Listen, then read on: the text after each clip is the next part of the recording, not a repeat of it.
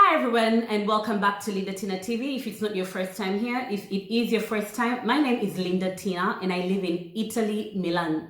I've already made 2 videos about the pandemic that's going around, about how we're experiencing it in Italy, how we're coping, how we're generally doing from different people. In this edition, I am sharing with you what people in different corners of the world are going through with the pandemic, how it has affected them, how the government in their country has handled the situation, and how their lives have changed, how they're generally coping. If that sounds like something you'd be interested in finding out, then stay tuned and watch till the end of the video. As you watch the video, I'll just add something. Please remember that different people filmed the clips at different times, which was about a couple of weeks ago. So the numbers are not something you should rely on. Obviously, things have been changing very drastically, as you probably already know. Don't pay so much attention to the numbers, just listen to what they have to say. Before we go ahead and meet all these lovely people, do not forget to subscribe if you haven't already. Just click on that red button to see more videos like this, but I also make different types of videos about lifestyle, family, travel, etc. Now come with me, let's go see what's going on around the world. Hi everyone, we are the Signonjos. We currently reside in Boston, Massachusetts.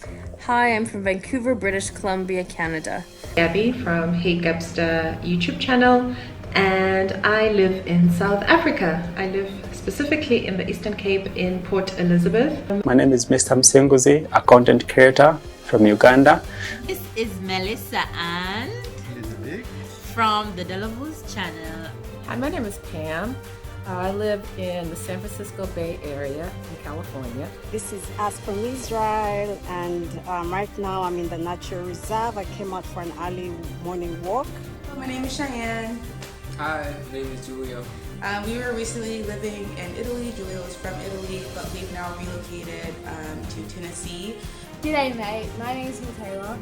And I'm Jeffrey. And we live in New South Wales, Australia. I am Amona Lashan, mother of 2, married and living in Bahrain in the Middle East. So the virus for us started when we were in Beijing, because Beijing has been home for the last 3 years, and we had just returned there in January with a 6-week-old baby and our 8-year-old daughter. So yeah, it was a shock. You know, it progressed very quickly from just a rumor of a SARS-like infection to a full-blown, lockdown in Beijing within just a few days. So that was a really, really big shock. So we had to self-isolate already in Beijing. So I've self-isolated. This is the 3rd time I'm self-isolating, because we then came back, we returned to Belgium, and we had to go into self-isolation again for 2 weeks. And just when we thought it was normal, it hit again in Europe. So this is the 3rd time we're self-isolating. The Bay Area was one of the first places in the United States, as a matter of fact, to implement the social distancing guidelines and to basically put us all on shelter in place. I'm a college professor. This is going into week 4.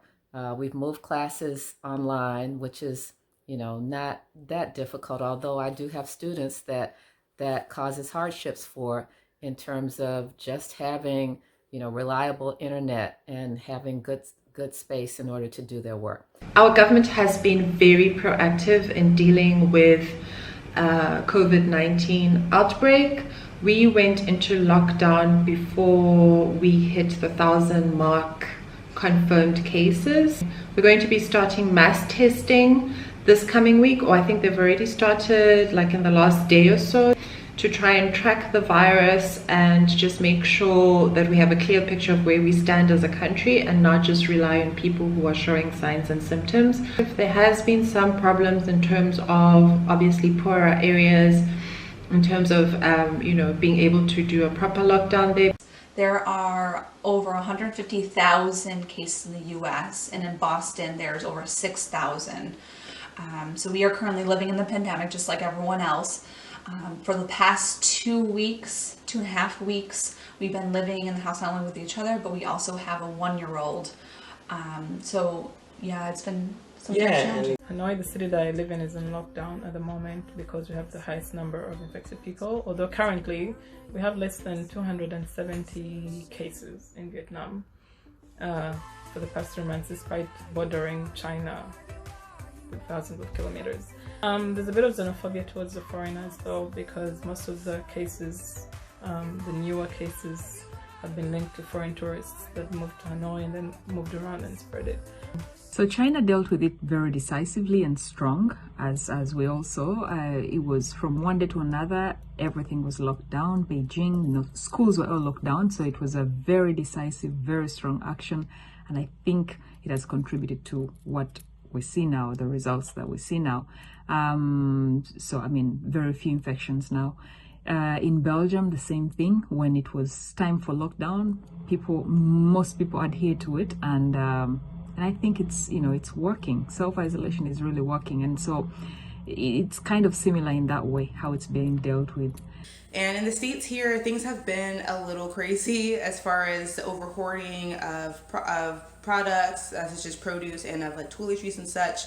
Our state in particular has not taken a lot of measures. I would say they mostly have been slowly shutting down essential businesses. For the most part, everyone's still able to freely move around just with precaution. We do have some people who are wearing gloves and masks, like our family and friends back home in Italy, but for the most part, it's up to us to make that change to socially distance ourselves, make that decision to socially distance ourselves. Here in Uganda, it is no different from anywhere else in the world. The government of Uganda has done all it can to make sure that Ugandans are sensitized about COVID-19.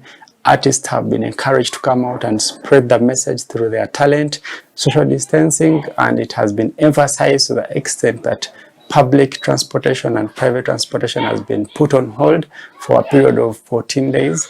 Since so many Ugandans have been affected by the lockdown, so many can't be able to move to their workplaces, they're unable to get daily food. The government has gone ahead to provide necessities like food, water, and quite a number of regulations have been put around the essentials that we need to be provided for.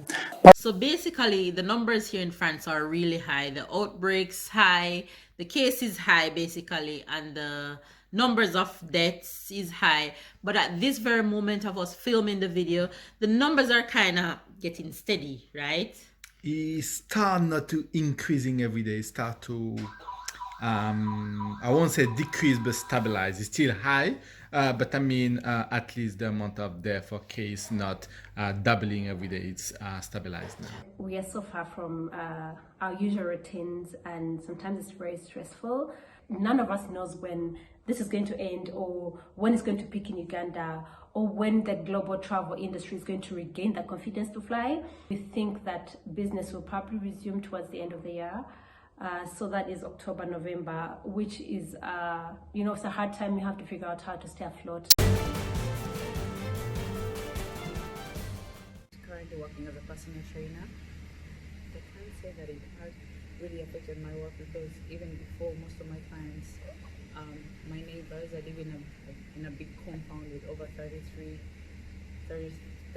villas, and we are all on lockdown, so it's literally like a whole big family on lockdown. So, and all my clients, right now at the moment, all my clients are within the compound, so I've continued to hold sessions with them, because almost all of them feel that, now that more than ever, feel the need to stay active. So it hasn't really affected my work. This outbreak has affected my work life. I'm grateful I still have a job. I am a high school English teacher in the public school system. And here all the schools have been closed across the province. That said, we're still expected to deliver instruction. So I'll be learning how to teach online, get to transition to remote instruction and learning. So that's just what I gotta do. Social life. So bars closed, restaurants closed. Some were kept open for a little bit to do food deliveries, but most of them are closed by now. So most of the social life is, via social media and calling family and friends. Jobs, most people lost their jobs, especially in the hospitality industry. Others had their salaries cut by between 30 to 70%. And so that's been tough on a lot of people. Expert English teachers have been highly affected because so many of the young tourists who come to live here come to teach English, and they haven't been able to do that for months now, which has been really tough on a lot of them. This is how we spend time during the COVID-19 pandemic. We get out a little bit to have some fresh air.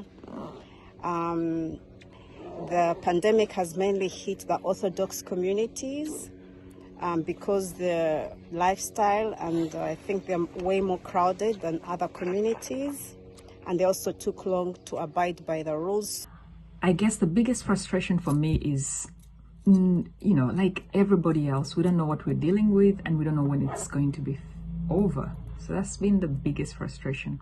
My daughter, my 8-year-old daughter, was already doing homeschooling for the last 6-7 months. So she's kind of used to it in that sense, but it's so frustrating trying to, homeschool kids. But the biggest frustration for me has been, when is it over? In terms of it affecting my work, I am a lecturer by profession, so we did take early recess. We haven't opened as yet, so I'm not sure how that's going to affect how classes are going to run. However, I do know that universities are trying to speak to data companies to lower rates or allow free access for students to particular university platforms that they can use and get free data, because in South Africa data is very expensive. Personally, I am currently working from home. I'm doing my best to create more content and do some learning on the internet, and as well as connect with my family. So if you're out there, I would encourage you to do the same, connect with your family, use the social media tools that are available.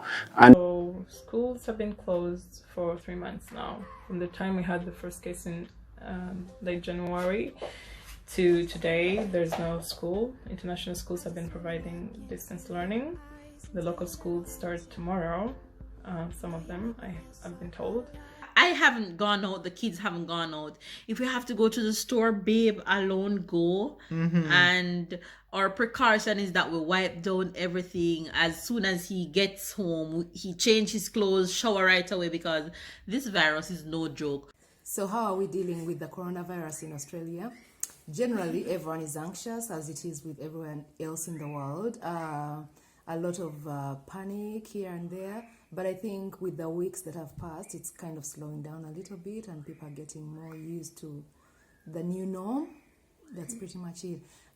Michaela, how is school going for you? Well, school is a lot different because my school is being shut down, but online school is something new and it's a lot less stressful, so I don't really have to stress out about having to get my work done. Oh, is that why you've been playing at home all day? Anyway, about work, I'm still working normally 9 to 5 every day. So we've made amendments to my kind of work. My kind of work is considered essential, but now we're not receiving any face-to-face clients or customers. We are doing everything by phone and email. And some of my colleagues have opted to work from home, which I've not done for personal reasons.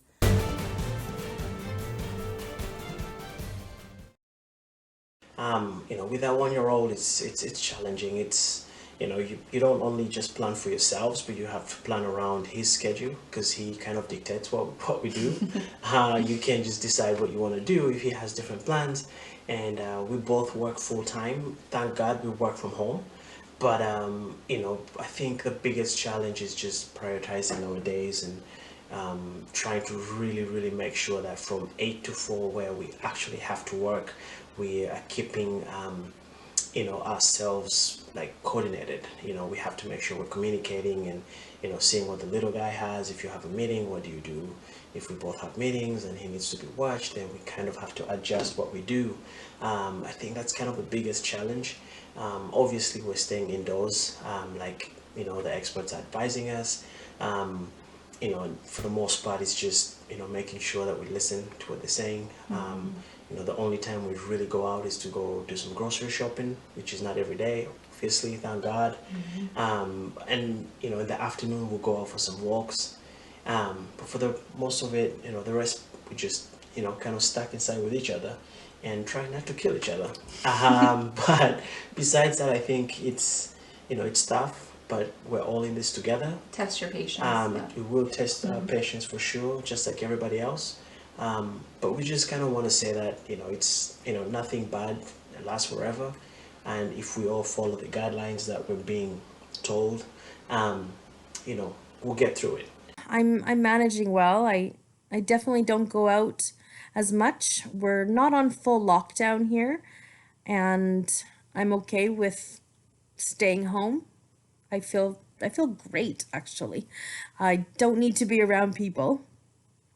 And yeah, I'm okay with that. My partner, he's in construction and he takes public transit.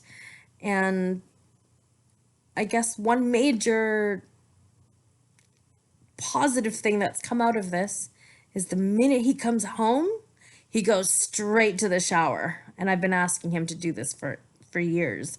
So there's beauty in this chaos.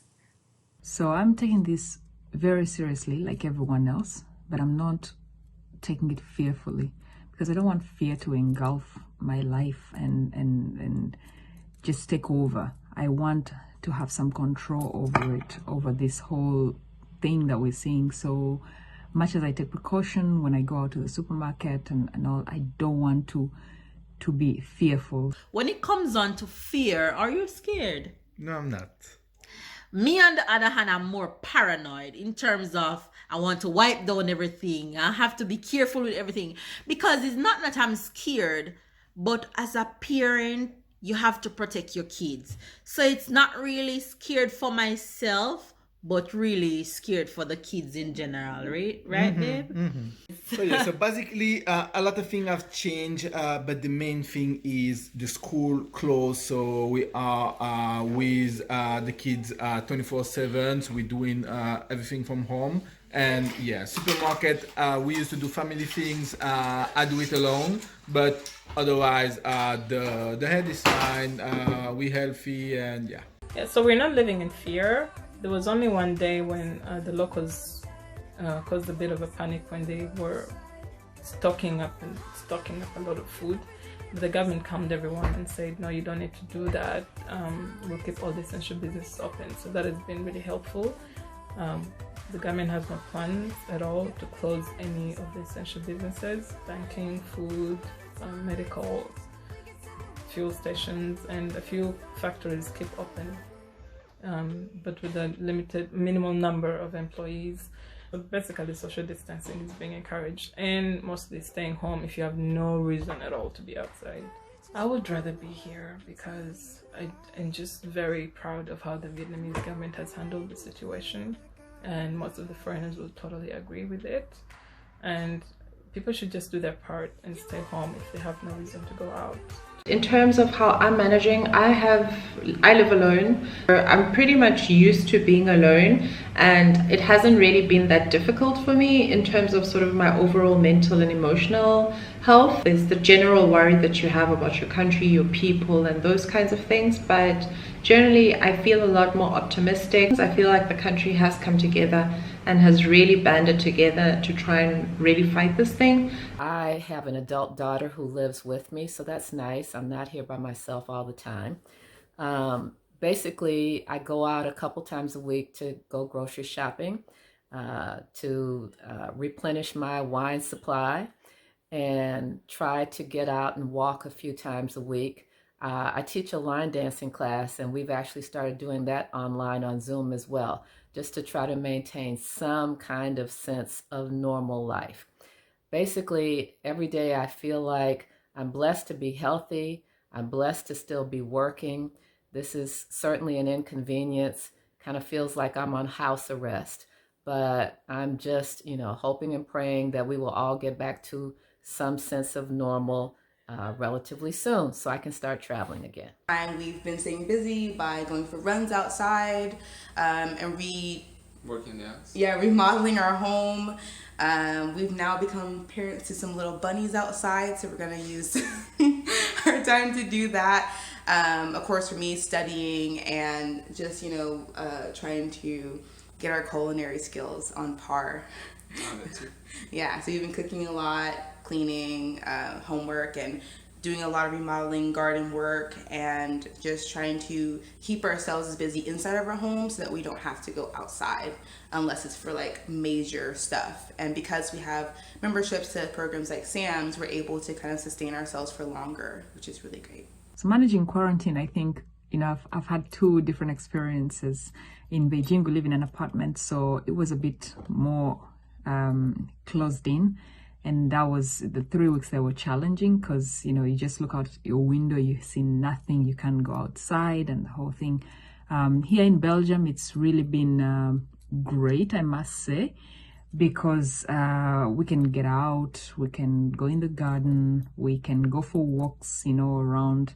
We live in a very quiet place, so that has been good. And that's really helped us to manage this whole, the crazy days. My daughter loves to swim and she loves to go out and play, which I've struggled to explain to her, but I think she's now come to terms with it, that won't be able to go out. So she's too young to actually have like homework or online studying. We're trying to do a lot of like educational creativeness. We are trying to go in areas that are not overly crowded, even though we're under lockdown. But as you can see, there's no one around here. So we come out a bit for fresh air and life goes on. Overall, quarantine, we are not quite quarantined. I would rather say we are more into isolation, and that's working well for some and for others. Personally, as a family, we are not in quarantine or isolation. We still have options of what to do. Michaela, what do you think? Yeah, it's a little bit tough to be around people 24 hours a day, but it's a little bit fun because you get to spend more time with your family. And for my kids, it has actually affected their social life, because before they were going to kindergarten, then they will always look forward to meeting kids their age and then playing with them and get to socialize with other kids. But they don't really have that anymore because most of the kids in the compound are much older than them. But yeah, we still manage. We do stuff. We paint. We draw. We read books. We still get to do stuff to entertain them so that it doesn't drive them crazy. Especially my son, who's 3.5, and at 3.5 they're really active. They want to do stuff all the time. So we still manage. So I cannot say that it's still manageable. If you've made it up to this point of the video, then you have realized that you are not alone. We are one, and soon these crazy, interesting days will be over. Just to give you a quick update about Italy, we actually have very good news as of today, which is today is the 13th of April, and the numbers have gone down, and we are looking at having everything back to normal, or at least heading back to normal at the beginning of May, which is really good news after over a month of full lockdown. Please listen to what the experts have to say, and together we shall survive this. Have a good day. Bye-bye.